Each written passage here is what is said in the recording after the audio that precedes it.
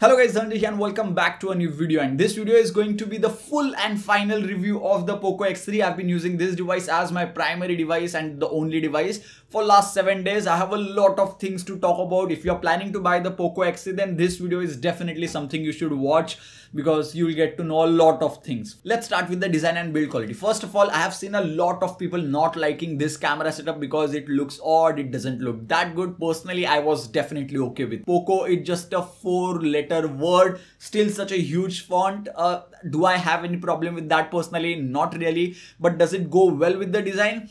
I personally don't think so. Usually having huge branding means people will show off their devices. Like with Apple logo, you will see Apple users or iPhone users having a cover which does not cover the Apple logo because they want to show it off. I have also seen OnePlus users flaunting their devices. POCO is definitely not there yet, and I'm sure in future people will be flaunting their POCO devices as well. See, this is my POCO F6 if POCO F2 ever launches. I mean, in India at least. Overall design wise, the device is okay because Gorilla Glass 5 is present in the front, which is really good, but plastic back panel, whereas POCO X2, the last generation device, had Gorilla Glass protection at the back side. Having plastic at the back panel means that plastic is good, it's not bad, cost cutting measurement, so that's totally fine because if you use a case, you will not even touch the device, and when you touch the device barehanded, it doesn't feel as bad as Samsung's M series devices. It definitely feels little bit more premium. But the back panel goes inside if you use a little bit of pressure. I mean, you cannot really feel that with just hand. You have to look at it, and I'll talk about how I noticed it in the later part of this video. Overall build quality wise, I would say it's built pretty good, and like a tank, if someone attacks you, you can throw this device and attack them as well because the device weighs at 225 grams. I have once again seen a lot of people complaining about the weight as well. I personally was okay with the weight. It just takes 2 to 3 days to get used to it. If you have regular size hands or bigger hands, then this device will not create any issues. But if you have smaller hands, then I'll definitely recommend you to hold the device in your hand once because the device's weight may overwhelm your small hands. Next up, let's talk about the battery life and charging. 6000 mAh battery in the device. I was able to get through a single day every single time, no matter how heavy I used the device. Like getting 5 to 6 hours of screen on time is the minimum on the POCO X3. I was able to get about 6.5 to 7 hours of screen on time with heavy usage as well, and not just that, but getting 10 to 12 hours of screen on time to binge watch a series with lowest brightness possible is also doable on the POCO X3. Not just that, if you, let's assume you use 50% brightness, then getting 10 hours of continuous battery usage time is also possible on the POCO X3. So battery life definitely gets a huge thumbs up. I did not notice any sudden battery drop which people complained about the POCO X2. As of shooting this video, at least on the POCO X3, in the night time as well, the device only dropped 1 or 2%, which is totally normal in my opinion. And if you're thinking that to charge this device it will take another 2-3 hours, then that's not going to happen because you get a 33-watt fast charger inside the box itself, and this charger will charge your device from 0% to 90% in just one single hour and 0% to 100% in 1 hour and 30 minutes. I know 90 to 100 takes a lot of time, but getting to 90% in 1 hour, that too on a 6000 mAh battery device, was a great thing. And this charger which is in the box is definitely very fast. In charging and battery life department, POCO X3 definitely gets an A+ from my side. Now let's talk about the display quality. 120Hz refresh rate at the price tag of 17,000 rupees.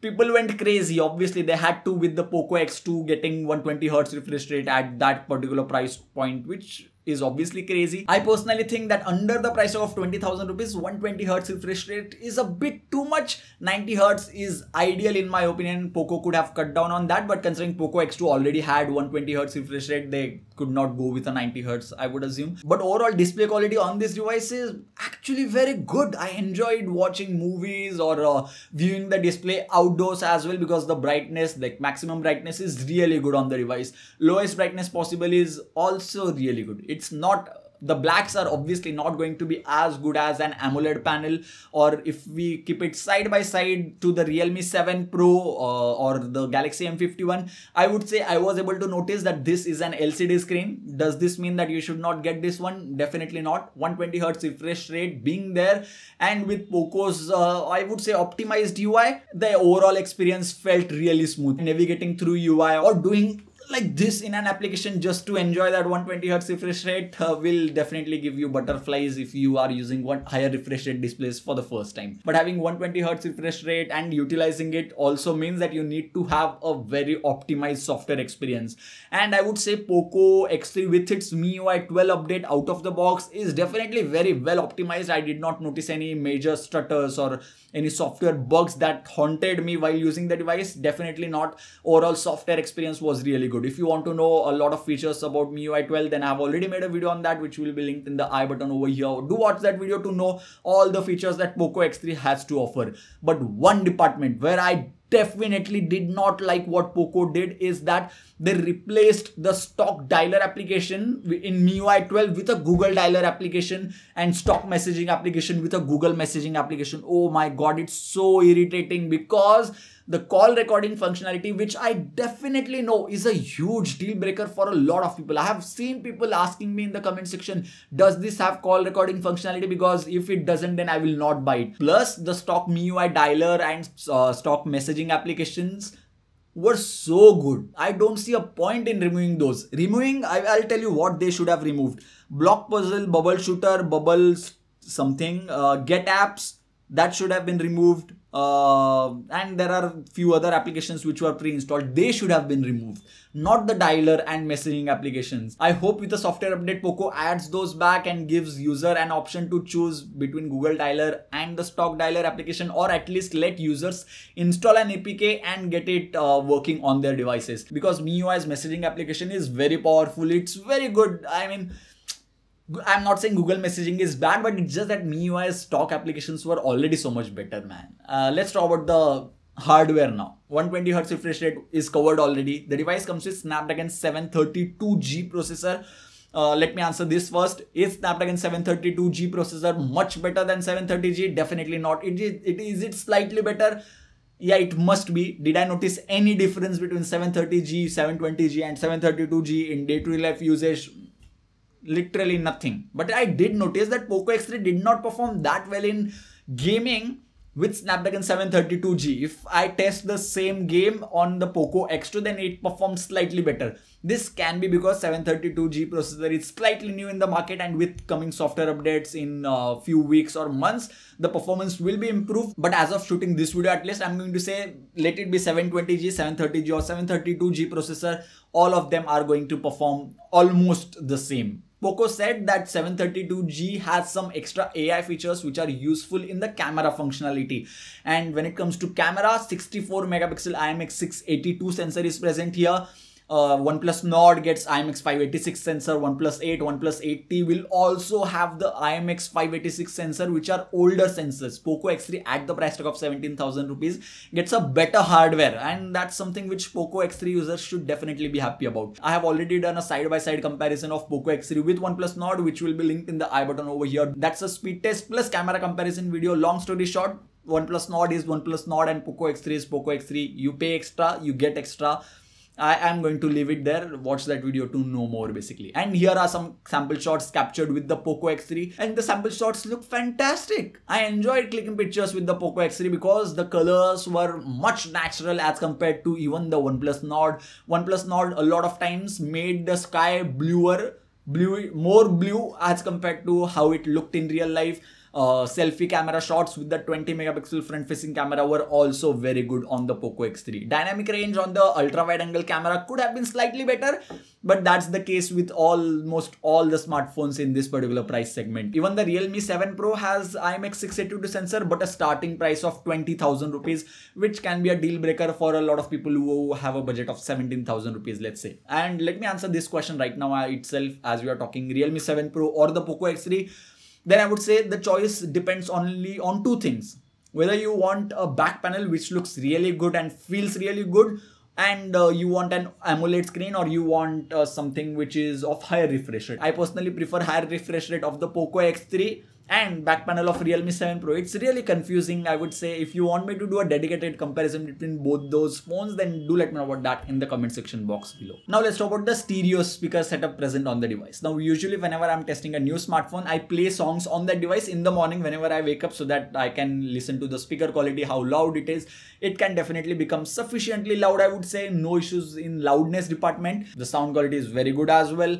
But whenever you hold the device while playing a YouTube video or playing music, you will feel vibrations over here. And I felt that, like, when I'm playing music at full volume and holding the device in hand, this part of the device used to vibrate. I was like, why is it vibrating like that? Which was weird. Then I took out my Realme 7 Pro and a couple of other budget devices, and they also vibrated, but not as much as POCO X3 does. I mean, the back panel slightly vibrating is definitely okay, but when you're holding the device, it is definitely noticeable on the POCO X3, which was slightly irritating in my opinion. And that's when I noticed that there is slight gap in the POCO X3's back panel, and it's a very minor gap, but still it vibrates a lot in my opinion. This is something you should take a note of. If you use the case which is provided in the box, then the vibrations will reduce just a little bit, but if you use the hard case, then the vibrations will reduce even further. I mean, the vibrations will be there, but you won't be able to feel those because of that hard back. Now let's talk about ads. Are there any ads while installing applications, while doing something else? No, there are no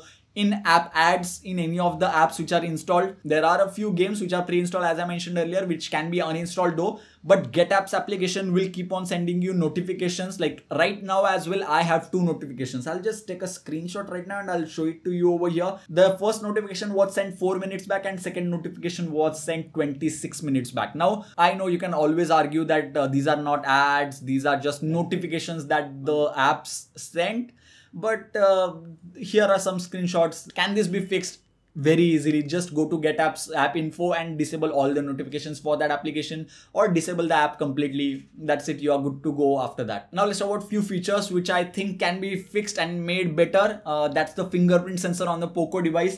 I keep my finger and the device gets unlocked. Now there is a very slight minor delay which I did not notice earlier, but when I shifted, like when I used the POCO X2 and to compare it and to see what are the major changes, I was like, oh my god, POCO X2 is unlocking faster than POCO X3. And now this can be very easily fixed with a software update. Is this an issue? Not at all. Like, do not decide not to buy this device just because of this. Like, yeah. POCO X3 gets a hybrid SIM card slot, whereas almost all the Realme devices launched in the similar price segment have a dedicated micro SD card slot, if that's one of your requirements. One of the good things about the device is the 240Hz touch sampling rate, and it couples really well with the 120Hz refresh rate. While scrolling, the device responds to your touch faster than a regular 60Hz or 120Hz touch sampling rate wala device. I mean, yeah, if that's the case, if you play a lot of games at the price tag of 17,000 rupees, this is definitely one of the best, may not be the best, considering Helio G95 and Helio G90T processor powered devices in PUBG do perform better. But if you play COD mobile, then Snapdragon processors perform better, such as Snapdragon 732G present on the POCO X3. Device also has IP53 rating, which was actually very surprising for me. But IP53 rating does not mean that you can dip the device inside the water and it will still keep working. It may, but that's not something which I'll recommend you to do with IP53 rating. At least it's just that if small splashes of water come on to your device, or if you use your device in the light rains, then it will still work even after that. The device also gets wideband L1 certification out of the box. Netflix and Prime Video works in full HD resolution as of shooting this video, at least. I'm saying as of shooting this video because I have seen users of Redmi Note 9 Pro, Realme 7 or 7 Pro having wideband L1 certification, but after a software update or randomly, the wideband L1 certification goes back to wideband L3. But I'm going to say POCO X3 will probably not have that issue because POCO X2 did not face that, and POCO F1, which did not even have wideband L1 certification, POCO worked and got the wideband L1 certification. So yeah, I guess that's pretty much it for the review of POCO X3. I covered almost all the things necessary except the headphone jack present on this device and the USB Type-C port, which will be used for charging. There is also IR blaster, which can be used as a remote for AC, TV, any IR related device basically. Overall, what's the conclusion? I would say with a very good display, excellent battery life, very fast charging support, headphone jack out of the box, and excellent camera performance. This device definitely gets a recommendation in those departments. I wish the quality control on the back panel could have been slightly better, because the vibrations, every time I play a song or play a YouTube video, I notice that. I wish the weight was slightly lower, considering so many people are complaining. I'm assuming that's a complaint that a lot of people have. So a 200 gram weight, maybe slicing down 25 grams is, I feel like, a lot to do. And I guess that's pretty much it for the review of POCO X3. If you enjoyed this video, give this video a thumbs up. Subscribe to the channel, because many more such interesting, informative reviews of devices, unbiased. Do I even have to mention that? You already saw in the video. Whatever happens with the device will be there in the review of the device as well. Subscribe for more videos like this. If you still have any more doubts, sessions or queries regarding the POCO X3, you can reach out to me at @Dhananjay_tech on Twitter. That's it. Thank you guys. Thank you for watching.